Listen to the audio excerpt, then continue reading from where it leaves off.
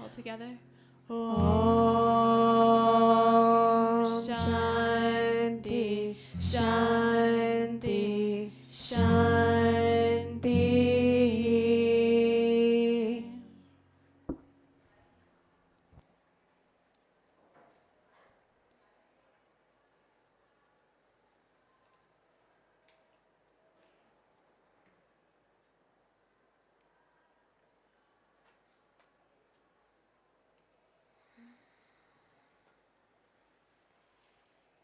Let us take just a moment together.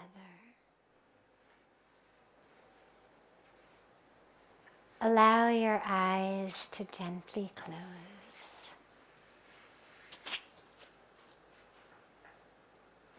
And allow the awareness to merge with your breath.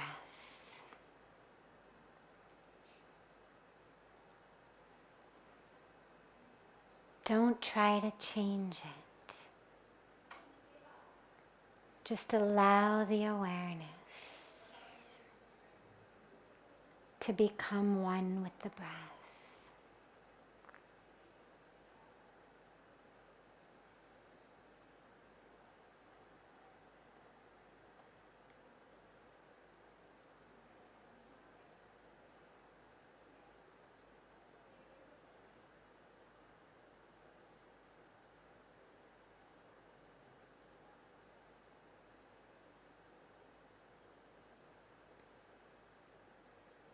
If thoughts come,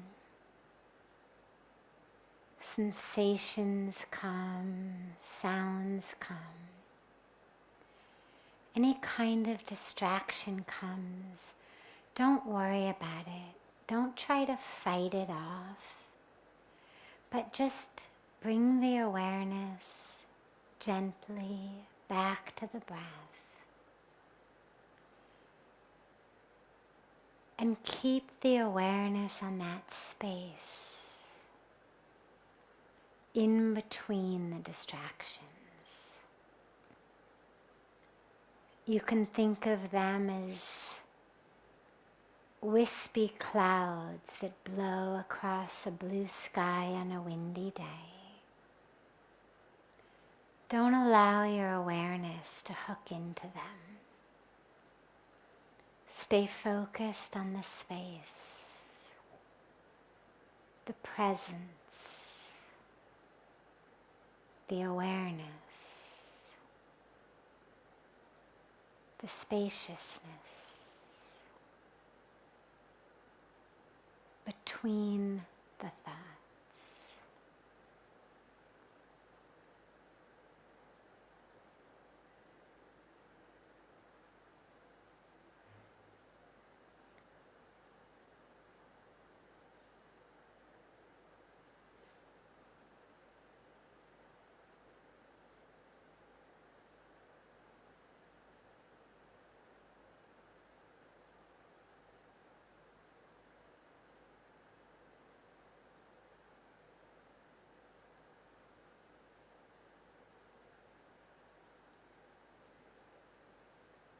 You can add a gentle mantra to it if you find that the mind wanders too much.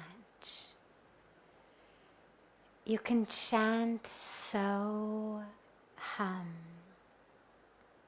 silently to yourself, so on the inhalations, hum on the exhalations. It means I am that. I am one with the creation. I am one with all. I am that. So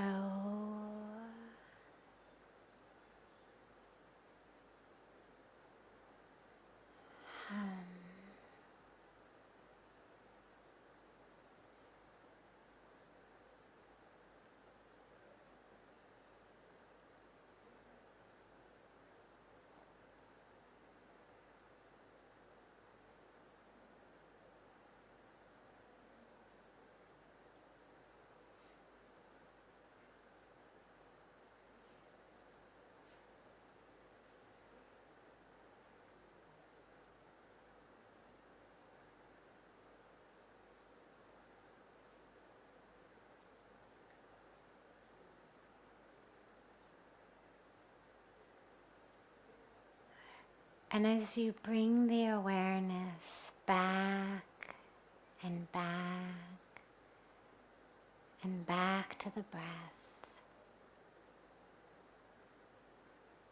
let yourself witness if there are places in you in which the breath feels stuck, constricted, not free. Or there are places the mind keeps wanting to run to. Don't analyze them or judge them. Just gently witness it and keep drawing the awareness back to your breath.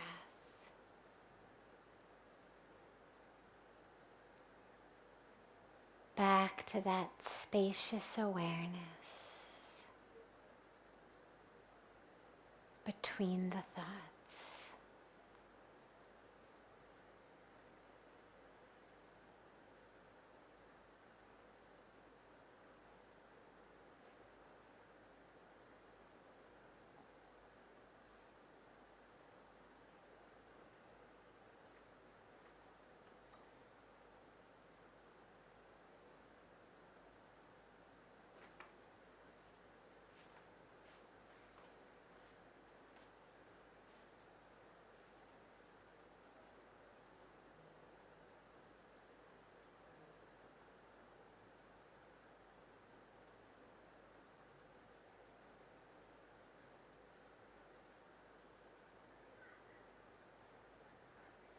Gently bring your palms together at chest level in Namaste and rub them gently against each other.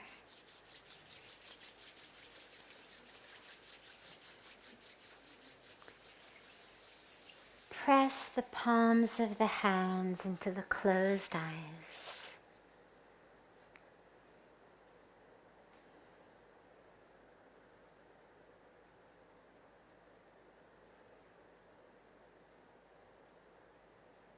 And gently open your eyes and lower your hands.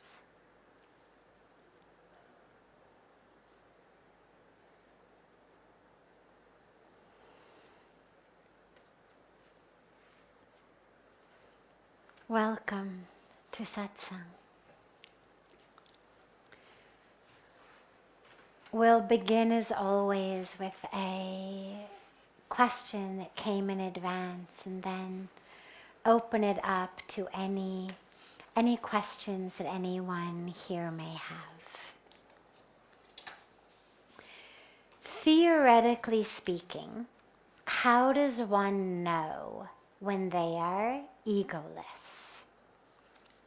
And of course it has to be theoretical, because if one were egoless, who would know that one was egoless?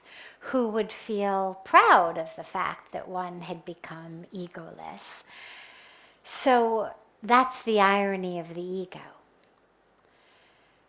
First of all, it's important to realize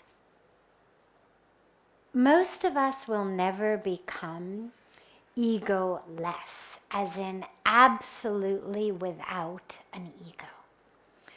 if we think of the ego only really in a narrow definition in terms of our arrogance or our self-importance, yes, of course, we can develop humility.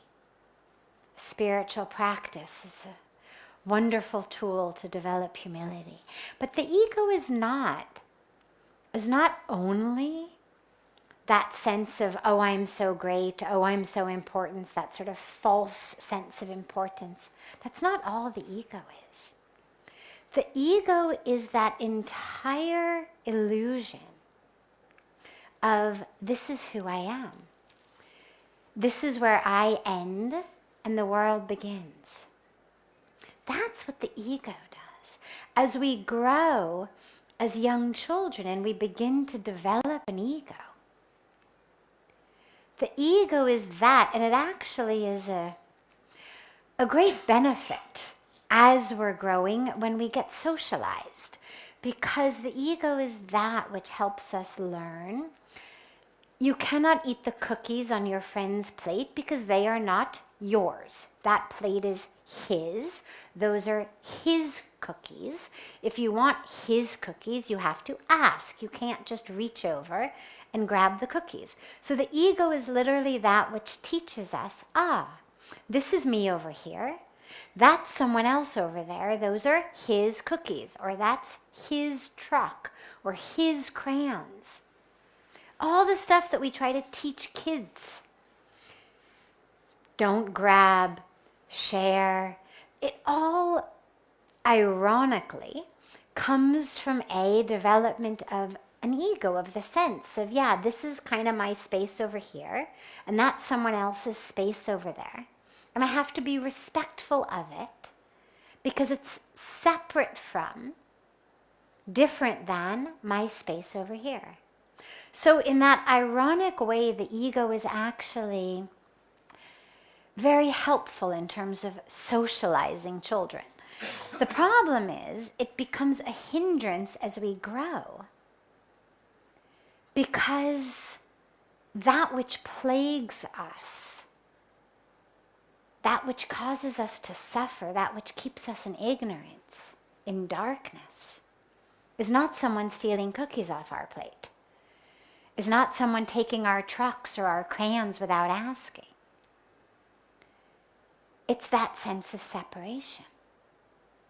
It's that sense of being stuck in my body, in my personality, in my identity, in my history, in my personality. And so when we talk about becoming free of the ego, it's not a matter of I'm going to literally have an egoectomy and have it surgically removed from me somehow, that, there'll be a spiritual surgery and somehow it's going to, grab that ego out and throw it into the ether somehow. I become free of it, meaning not that it ceases to exist entirely, but that it no longer runs my show. I no longer make decisions or choices in my life based on it. I no longer am plagued in my mind by the games of the ego. I no longer identify as the self that the ego tells me I am. So the ego is the one that says, you're the prettiest one here. Where the ego is the one that says, you are so ugly, how dare you go out? The ego is the one that says, you're too good for this job. The ego is the one who says, who the hell do you think you are to think you could do that job? You don't know anything. So to become free of the ego is to realize neither of that's true. It's all that false illusion. And of course, to realize that even though I may not have a skill set to do a particular job, absolutely that is true.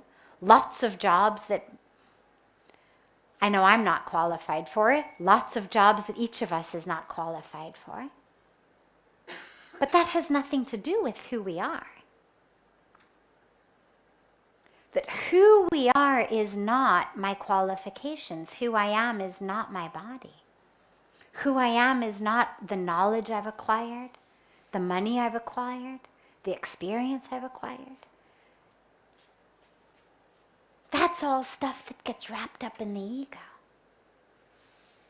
That's all ego self. And again, it's important to realize we're not talking good or bad here. It's not about good or bad. It's about truth and untruth. When we pray, asatoma sadgamaya, lead us from untruth to truth. Tamasoma jyotirgamaya, lead us from darkness to light. Mrityorma amritam gamaya, from death to immortality. We're not talking about lead me from the fact that I always think it's Monday when it's Tuesday. Lead me from this falsehood that I always, I think it's 8 in the morning and it's really 9 in the morning, or that I think it's, that 2 + 2 is 5. It's not that ignorance. It's not that untruth. It's lead me from this false identification with thinking that the truth is this body, this history. I mean, if you say to me, who are you? And I say to you, well, I'm 48 and I was, born in America and I'm from California and I have this degree and I went here and graduated from there and I'm about 5'2" and I'm, female and I'm a sannyasi. So that's true in a lowercase t sense, but we would call that ego truth. It's the truth of the false self. It's certainly true. That is how many years my body's been on earth. It is where the body was manufactured, where the body spent the beginning of its life, the things that the body has done.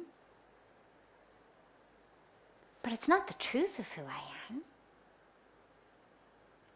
The truth of who we are is timeless, boundless, infinite consciousness.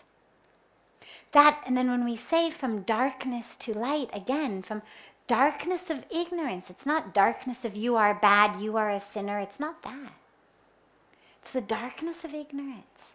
The darkness in which I identify as this body, which says, I want more, I need more. More money, more things, more success, more praise, more acclaim. Lead me from that darkness that thinks that I'm not full into the light of knowing how full I am. They chanted this beautiful mantra right before we started satsang that tells us who we are is full, who we are is infinite. We've been created out of infinity. And anything created out of infinity, anything removed from infinity, removed from wholeness and fullness, is infinite. Right? Infinity divided by 7 billion, infinity. So no matter how many times we get created, we've been created out of that which is infinite. Therefore, mathematically or spiritually, however you want to do it, doesn't matter which way you go in, we're infinite. Lead us from death to immortality. It doesn't mean, oh God, give me the pill whereby this body will never die. It's not ageless living the Vedic way. It's not some sort of special mantra that's going to keep your hair from going gray or your skin from getting wrinkles or the body from degenerating. That's not what the mantra is. That would be silly. Whether we live to be 80 or 90 or 100 or 125, eventually this body's going to disintegrate. So it doesn't say, oh God, let me have just a long, healthy life. It says immortality. So what are we praying for here? We haven't been chanting a mantra for thousands of years that's saying, oh God, please do the impossible. Oh God, please give me something that is impossible to have. That would be a ridiculous thing to pray for. What are we praying for? It's lead me from that falsehood, that darkness that identifies with that which dies, the body, into the truth, the light of realizing I am the one who is immortal. What is immortal? Soul, spirit, consciousness. That's the prayer. And so when we talk about being egoless, it's lead me into that truth, into that light, into that immortality so that I stop being stuck in my ego. It's a perfect question today for Independence Day. Pujya Swamiji was speaking about not being free, being imprisoned, and what it's like, and how it's something probably none of us has ever known. And yet, we're imprisoned in our minds,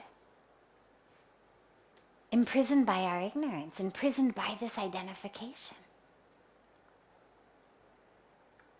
And so on Independence Day,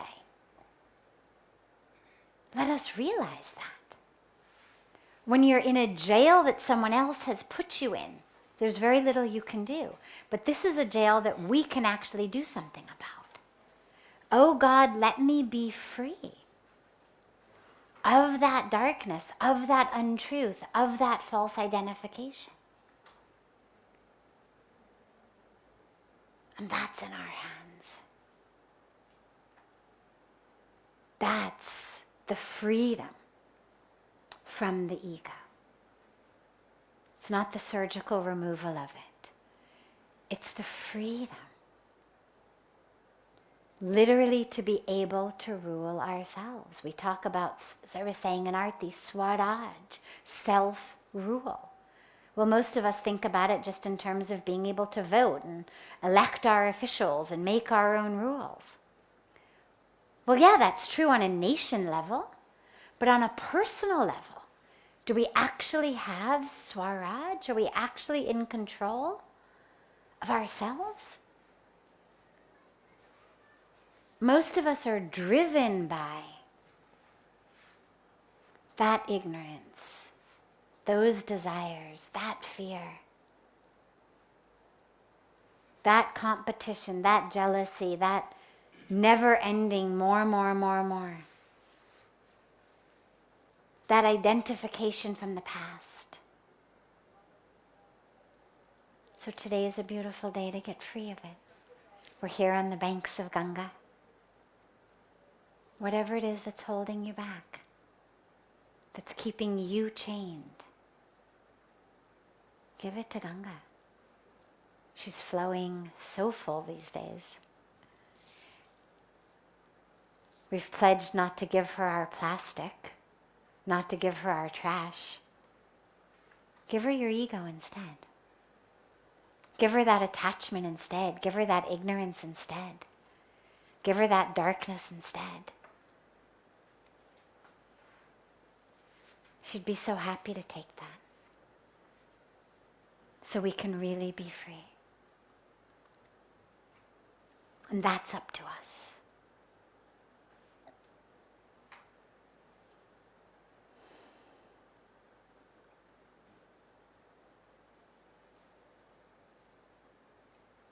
Before taking another question that's come in advance, if there's any questions here, I'm happy to take them. Yes.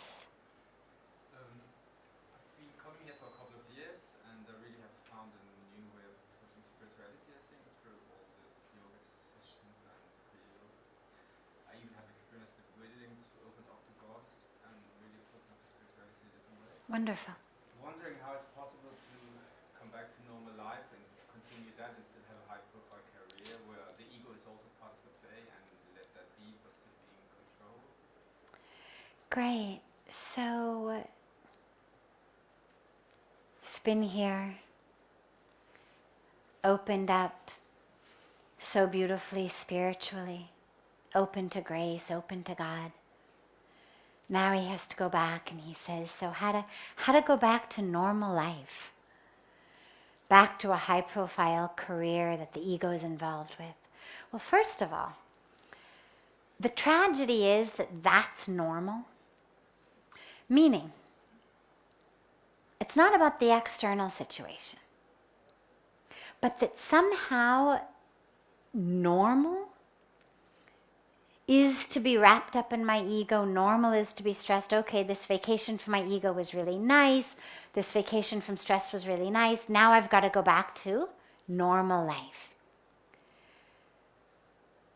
Normal life needs to be, regardless of the fact that we get up every day, that we go to work, that we earn money, that we go grocery shopping, that we run errands, that we come home, regardless of the subways we take, the taxis we take, the traffic we drive ourselves in, whatever it may be. Normal life needs to be a life in which, ideally, at least what we're holding out, the awareness of the possibility of, that I'm doing all that, but I'm free on the inside. This is why the lotus is seen as this sacred flower, this beautiful flower, this symbol of so much in India. Why? Because it sits in the muck, but it doesn't get dirty. So it's not about, oh, you don't want to be dirty, okay, you can't go in the muck. Okay, you have to stay in an ashram, or you have to stay in a cave. You can't go to work. You can't get on the subway. Can't be stuck in traffic. No. In that, but that we stay not touched by it. Otherwise it becomes a very shallow spirituality.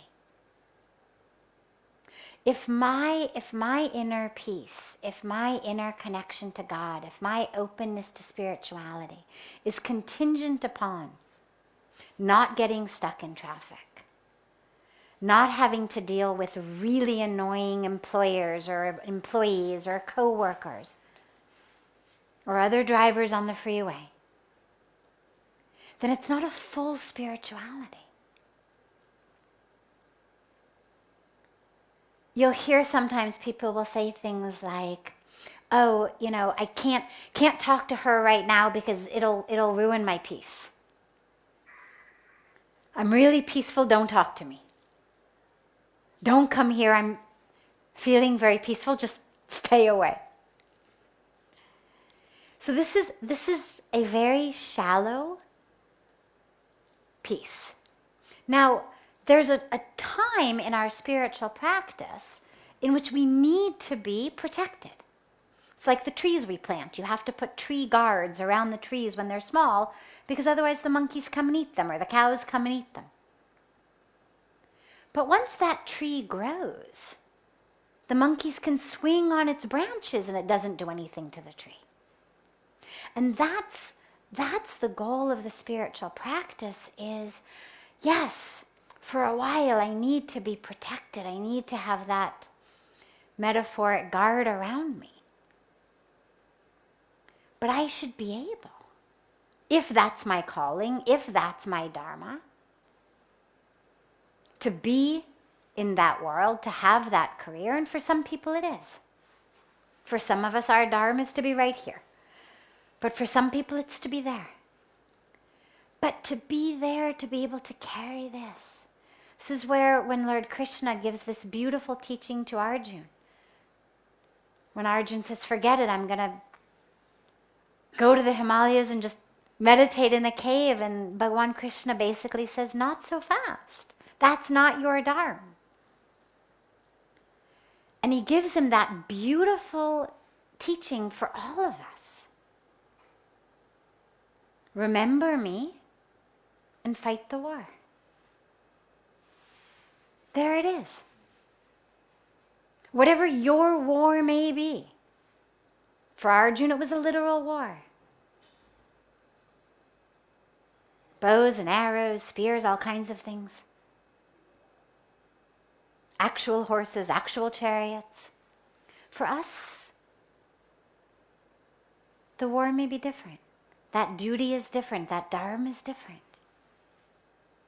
But the teaching is the same. Remember me and do your job. Not go out and do your job, forget me, and we'll talk after. Remember me. So remember, that's supposed to be the normal. Now I know it's not easy.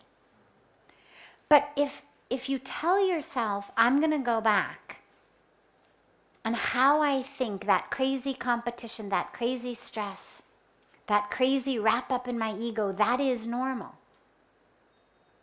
then you're setting yourself up to step right back into suffering, into darkness.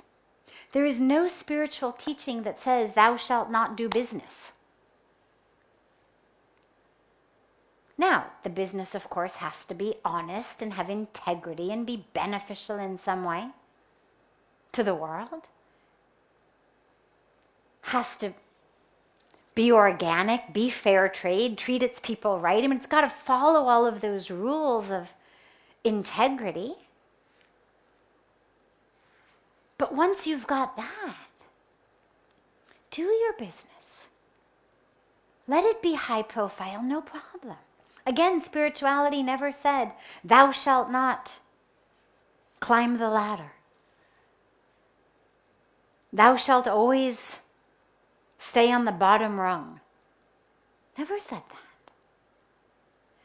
But what's important is that we always remember, number one, I'm not the one climbing the ladder. That's the role I'm playing. And at the end of the day, take off your costume. Really, have a ritual. Have a ritual in the morning of putting it on and a ritual in the evening of taking it off. And all day long, as much as you can. Like in meditation, the mind wanders, you bring it back. It wanders, you bring it back. It wanders, you bring it back. Well, that's a teaching for life. In life, we forget, then we remember. Then we forget, we remember. We get caught up in the moment, then we remember. We lose ourselves, we remember. But develop a ritual. I think of it sometimes as a sort of like a zipping up a wetsuit type of thing. I'm going to go out, I'm going to play this role, but I'm going to remember. I'm going to remember it's just a role, and for you the role may be high-profile executive. It may be a CEO, it may be a president of a company. For some it may be a window washer. Doesn't matter what the role is. But go through a little ritual. I'm going to put on this costume. I've got to be the CEO, be the president. I've got to be administrative. I've got to be this. I've got to, whatever I may have to be. And then when you come home at night, take it off. Have a 2, 3, 5-minute ritual. Just taking it off. Because the problem becomes when I start to identify as the role. It's not that we can't go out and play different roles in society. We have to.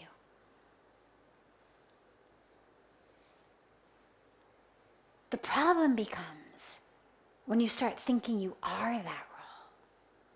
I am the president, as though somehow you were more worthy or more entitled or better on some level, separate on some level. We're all just playing different roles in this particular act in an infinite drama. This go around, okay, you're the high profile guy, I'm the sannyasi. Some other go around, we played different roles. This role, here's my, this time around, here's my costume. Yours may be a suit and tie. Whatever it may be. But we realize, I'm not this. I'm not any of it. Who I am is spirit, is love, is truth, is consciousness, is energy. Come back to that every day. And as much as you can during the day. Set a little like ping on your phone. Really, I mean, it's very helpful. Otherwise you get lost in what you're doing. A little ping every hour, every half hour, whatever it is. Just a moment, just to come back.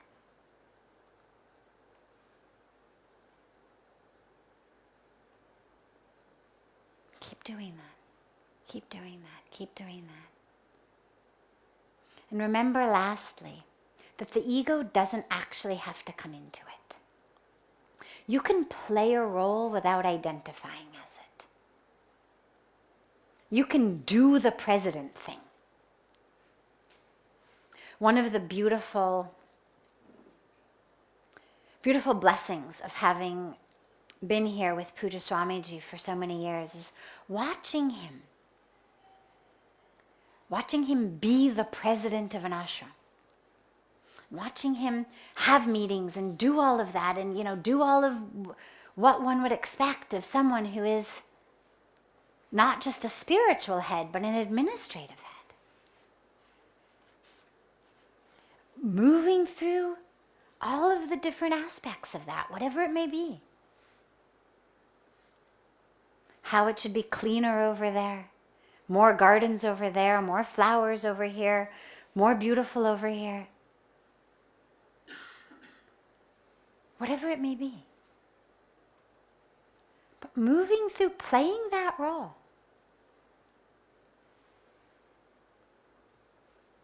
But never getting lost in it. Never identifying as it. Where he sits in his hut one day many years ago. Someone said to him, something about, it was a comment about people and their roles and, high and low and who was, it was a very sort of ego-filled, role-filled type of comment. And Puja Swamiji looked at this person and said, he said, every morning, when I come out here in the early morning, he said, I walk in my garden every day at around 4. He says, and what I notice is the cat, there's almost always a cat who lives there. She gives birth every year. Then her daughters give birth there. He said, the cat is asleep on my asan. He said, during the day, I sit here. And in the night, the cat comes and sleeps here. He said, the minute I'm gone, my asan is the cat's. He says, what is there to be attached to? What is there to be proud of? Yeah, while I'm here, I'm sitting on the asan, I'm the president. And all night long, the cat's on the asan. What are you identified as? What are you stuck with? For a short period of time, you're in that role. Play it. But don't identify as it. Okay? Good. Wonderful. We will start with your question tomorrow night. Will you be here with us tomorrow? Wonderful. So you can, after the satsang, just either let them know and they'll give it to me in writing in advance, or sit right where you are tomorrow night and we will start with your question tomorrow. Wonderful. Have a beautiful rest of your evening, and we'll see you all tomorrow.